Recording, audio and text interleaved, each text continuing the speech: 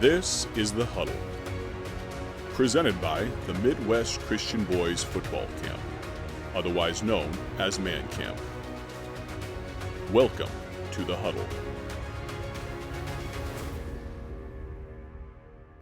Hey friend, I'm Mike McCurry. You are listening to The Huddle, and thank you for joining us today.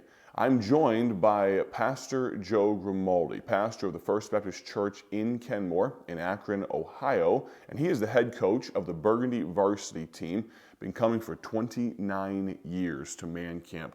And you are kind of a preparation-driven individual in your daily life when it comes to ministry, church, and football camp for you and your staff is no different. And you've only been coaching for 29 years now, so you might have a little bit of knowledge in this arena. Talk to your staff. Talk to all of Burgundy. Talk to all of the coaches, and this will spill over into some other arenas we'll talk about later in the week. But talk to us about preparing as coaches, investing in boys, preparing for Man Camp. Yeah, well, obviously there's several areas of preparation I think that are vitally important. And you can't wait till you get there on Monday and start to prepare. Obviously, by definition, preparation is something you do ahead of time. So, our staff's been together a long time. That gives us a great advantage because we know how each other works. When you get a new staff, you have to try to maybe approach things a little different. But we start preparing on the last day of football camp the year before. So at the awards ceremony, several of us sit together, we write down who won awards on JV and who won awards on varsity. We start talking about, we already set up a partial draft, players we've had and these players that won awards, and what we're thinking about for next year.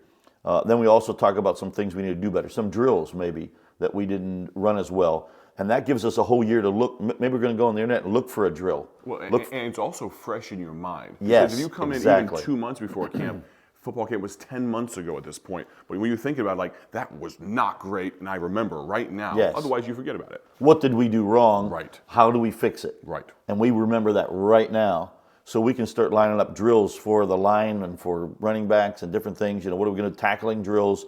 How can we do this better? So we start preparing like that.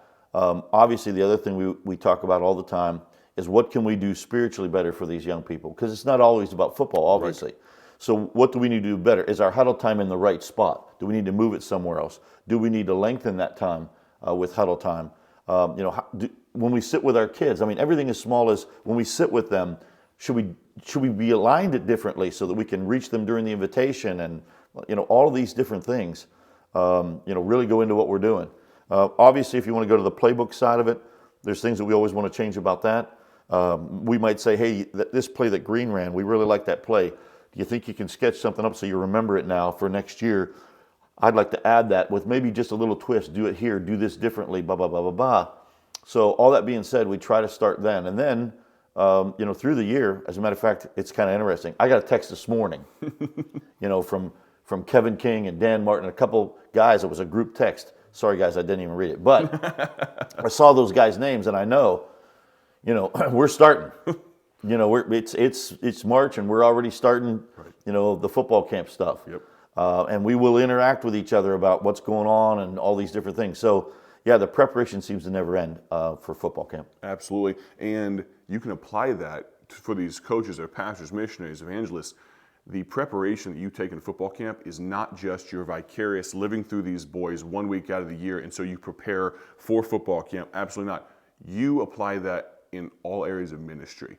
I remember working on staff for 5 years. We'd have an event. We'd have what you'd call a postmortem. Basically, this thing is dead and done. Let's figure out how can we maybe revive it. Or sometimes, and this is something that pastors could probably learn. I'm not a pastor. You are. Sometimes things just need to die. Let it die. Sometimes that Valentine's banquet that nobody came to, maybe we just shelve that one for 3 years and try something else next time.